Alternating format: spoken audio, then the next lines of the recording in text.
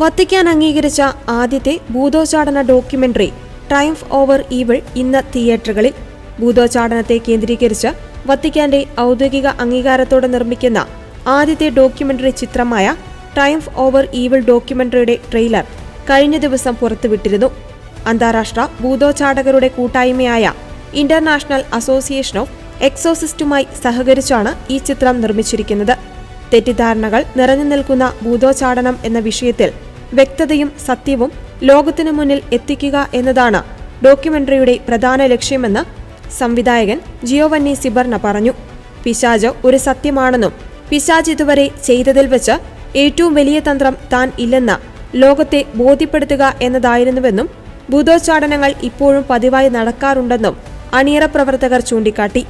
ഭൂതോച്ചാടനമെന്നത് ചലച്ചിത്ര നിർമ്മാതാക്കൾക്കും പൊതുജനങ്ങൾക്കും ഇഷ്ടപ്പെട്ട വിഷയമാണെങ്കിലും വിഷയത്തിന്റെ പിന്നിലെ യഥാർത്ഥ സത്യങ്ങൾ ലോകത്തിന് കാണിച്ചു കൊടുക്കുക എന്നതാണ് തങ്ങളുടെ ലക്ഷ്യമെന്നും ജിയോവന്നി സിബർണ പറഞ്ഞു.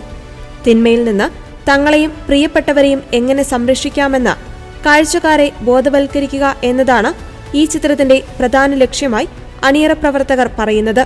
നിരവധി വൈദികരും ഭൂതോച്ചാടനത്തിന് വിധേയരായ വ്യക്തികളും ഡോക്യുമെന്ററിയുടെ ഭാഗമാകുന്നുണ്ടെന്ന വിവരങ്ങളാണ് പുറത്തുവരുന്നത്.